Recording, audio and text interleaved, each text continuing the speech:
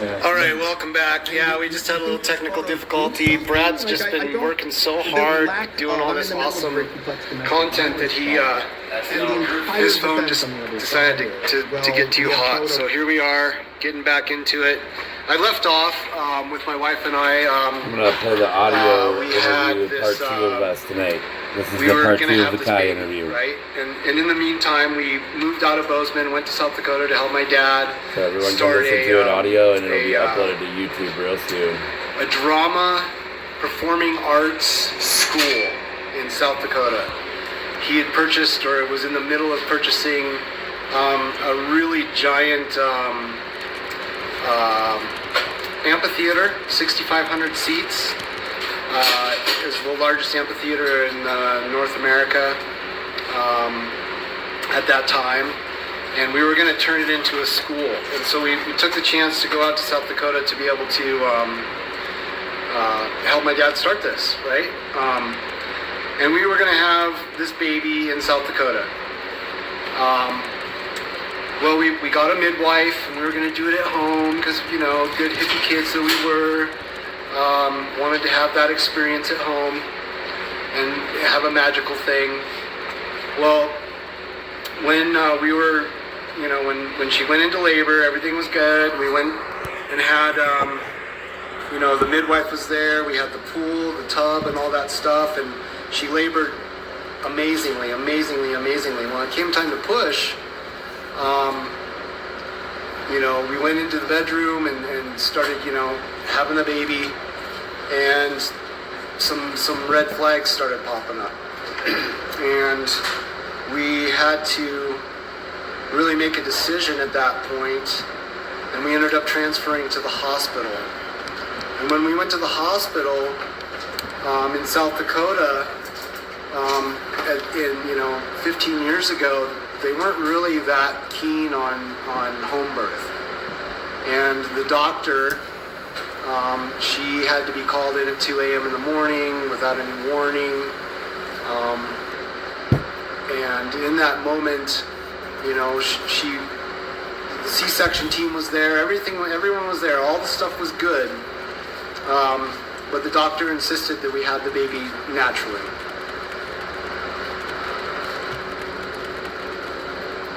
My wife pushed and pushed and pushed and pushed. And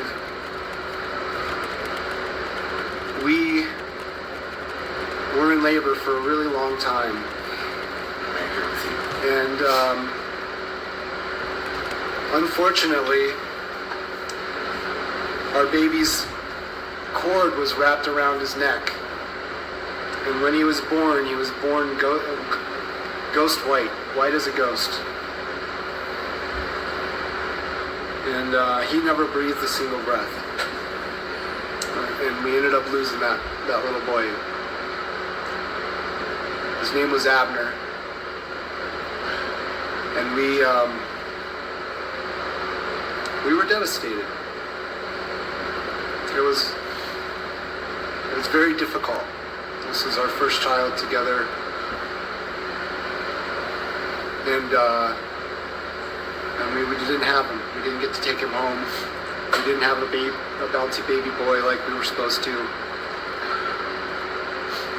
I remember that night after we delivered him, we went to Walmart, just she and I.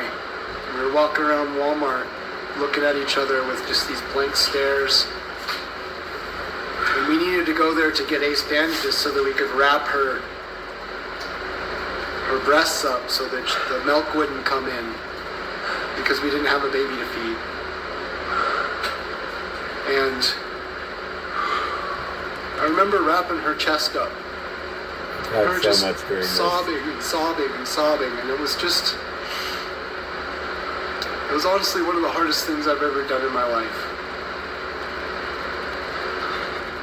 Can I ask you to pause for a second? Yeah.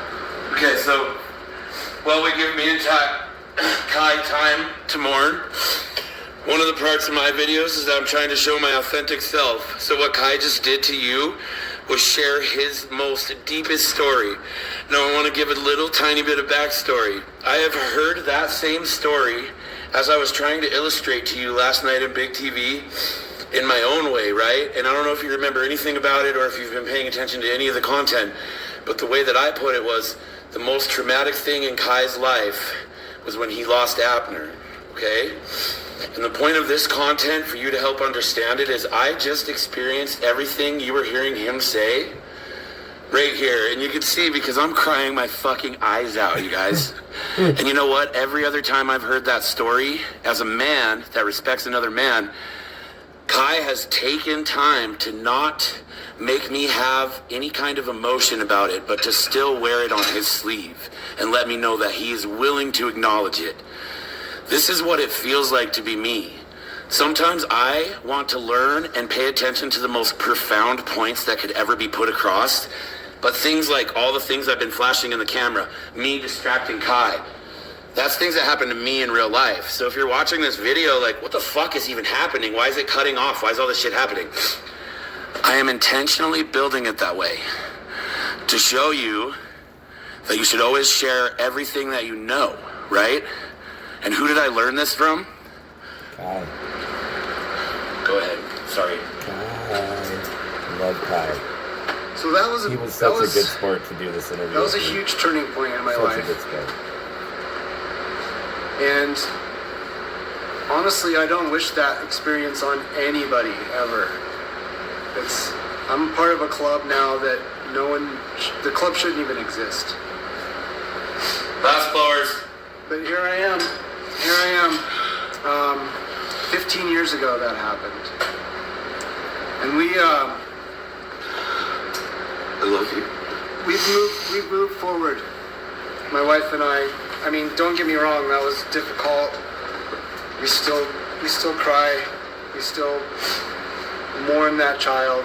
And I think I always will for the rest of my life. I think it would be unrealistic to say that, okay, that's done and over and I'm moving on. It affects me almost every day. I don't even think anyone's in chat. That sucks. But what I want to bring up about that is that, you know, we moved on from that point. We went out, did some stuff in Pennsylvania, and then we lived in Washington. We lived in South Dakota again after that, or, you know, in that period of time. But there was a point I remember in Pennsylvania while I was there. We had just had our second son, our rainbow baby, Judah. And I was so very blessed to be a stay-at-home dad. While my wife went and worked, she's an occupational therapist. She works with kiddos. She teaches them how to live their lives with their disabilities or with their challenges. Shout out Amy. Yeah, Amy is my amazing partner. Get to know your friends, family, and community first before you try to understand the universe. Tip within an interview. It's a good tip. So she was working, making this incredible money because she was doing traveling contracts, and I got to stay home with the baby boy. And it was an amazing chance to be able to kind of reconcile what had happened with Abner and to kind of just reinvent who I was. I tried network marketing during that time. I tried working as a care attendant. I did all kinds of things during that time. But the best thing that I did was get to be with that boy as he grew up. And as he learned how to walk. And as he went from being a baby that I held to a little toddler that ran around. Well, I remember during that time that I made a choice. And that choice was, you know, this life is short. So do what you want to do. Get it done. And at that point in my life, I knew that I was gonna blow glass again. I was gonna make sure that glass was gonna be a major part of my life because it was a passion. It was something I absolutely loved. And I knew that I wasn't gonna be really, truly satisfied unless I jumped back into that career. So that's one of the reasons why we moved to Washington. It was Olympia, Washington. I met a ton of awesome people out there. Helped start a shop called the Hippie House in Tacoma. Some of you may have heard of it.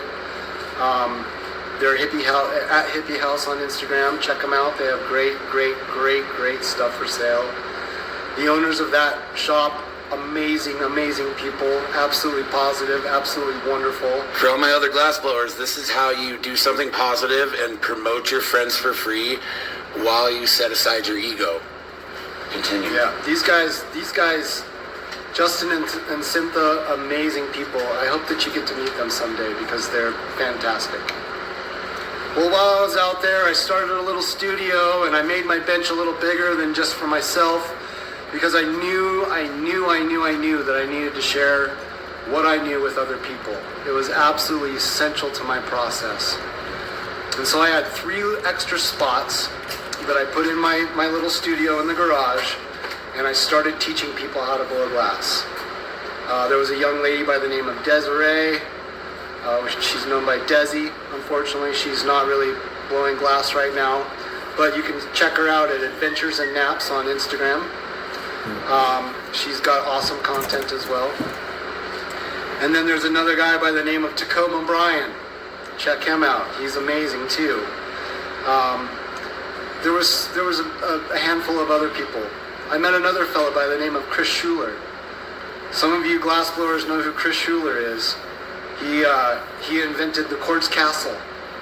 That's a great way to have a bucket list system for your dab rig.